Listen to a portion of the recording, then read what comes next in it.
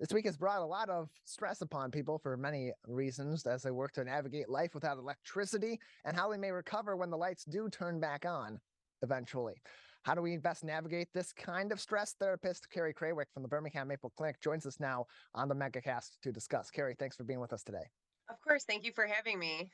So in these situations, things happen in our lives so often, whether it's the power going out and staying out for an extended period of time, or some sudden incident that happens at work or in your personal life and your social life that can really throw you off, and how you react to that or how you respond to that can have significant implications on your mental health, both in that moment and in the moments that follow up with that. So what's your best advice to start off for people to navigate the stress that comes from situations where something happens that's out of their control and they have to deal with it?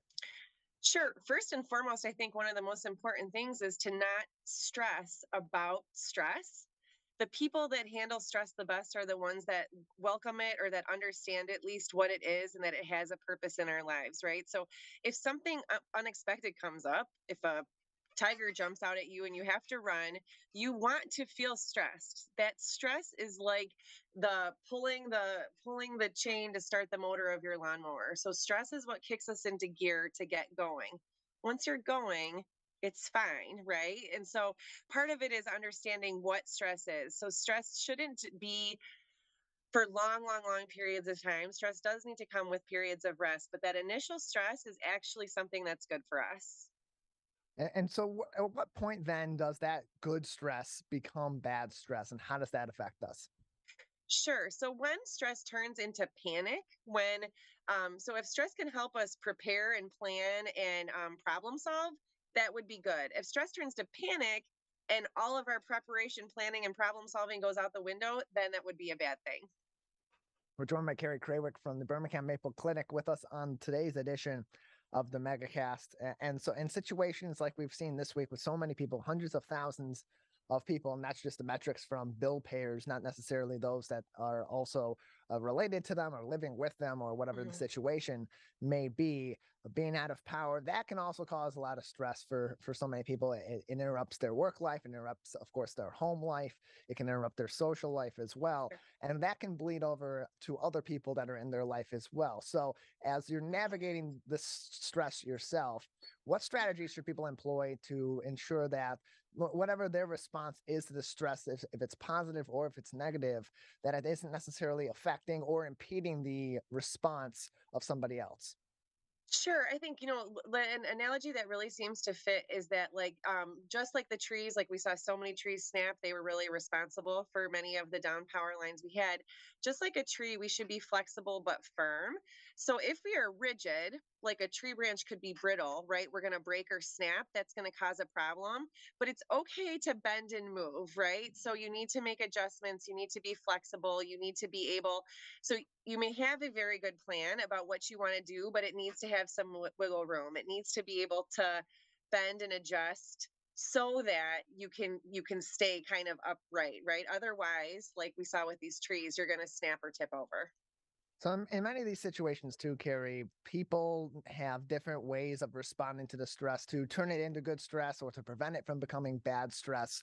And so often, many of us want to help them through this situation, help other people in our lives through this kind of a situation while we're getting through it ourselves. Maybe we're handling it well, and we think they're not handling it as well, but maybe they are.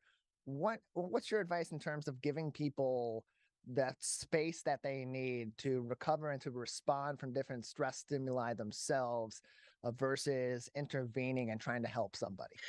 Sure. So there are a couple different parts to that answer. So on one side, we're hardwired to turn towards each other in stress or to do stress better together. So better oxygen flow, better hormones, better stress relieving hormones, lower heart rate. All of that happens when we do it together. So even like oxytocin, which is called the cuddle hormone, which is like, the parent baby hormone, when we reach towards a supportive person or a supportive person reaches towards us during stress, those hormones actually work better for both the giver and the receiver. Now, of course, when we're stressed, we may be irritable, we may be on edge, we may be louder than normal.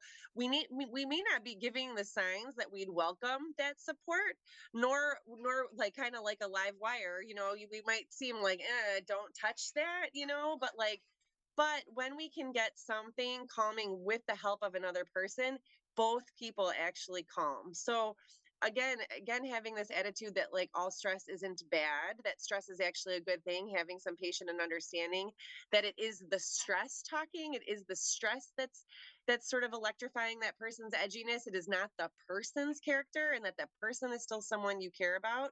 Gentle touch, calm tone, something distracting, walking, doing something physical, just saying, hey, I'm here, you're here, we're here together. Even those kind of statements would help to reduce stress for both parties.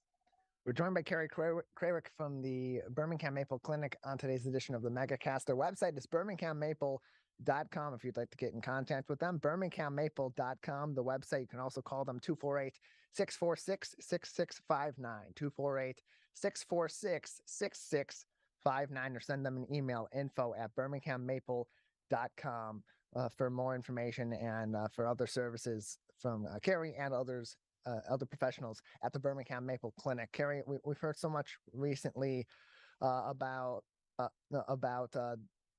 we've talked so much recently about the relationships between different people living under the same roof, particularly for parents. But this really goes for anybody that's either that's either living with somebody, or of course is living with their family at home. Sometimes people want to take the easy way out. They don't want to do certain things or take care of certain tasks, and so one of the tactics that people sometimes employ, subconsciously or intently, is weaponized incompetence. Can you tell us about this buzzword, what it means, and define it for us?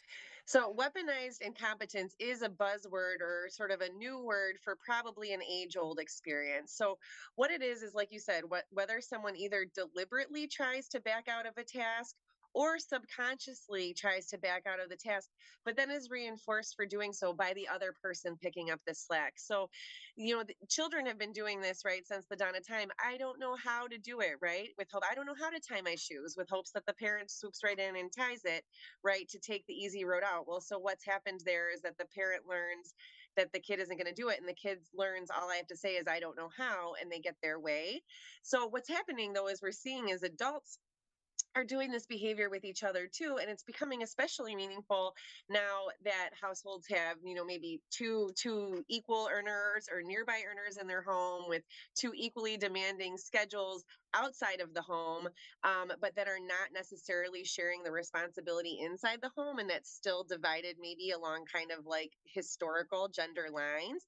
And so you're saying, hey, like, we're both working a lot, we both have the same demands on us, we both have the same income potential, but one of us is doing the dishes, the laundry, the this and that and the other thing, and say, hey, I need your help, I need you to do the dishes, and you get, I don't know how, or I can't do it as good as you, or I'm going to mess it up. And the message is kind of, I'm not going to do it. And then one person is left to carry the load. So there's a variety of reasons why someone may weaponize incompetence subconsciously or intently. Let's begin with somebody subconsciously weaponizing incompetence because they're tired, or they simply don't want to do a task, or they want to put it off, or maybe their partner or the person that they're living with is Right. really intent on them taking care of that task at that moment. What should they be doing to communicate that they're not quite in the space to be able to go about taking on that task at this time, or that they'd like to, they will take care of it, but they're going to put it off for a little while?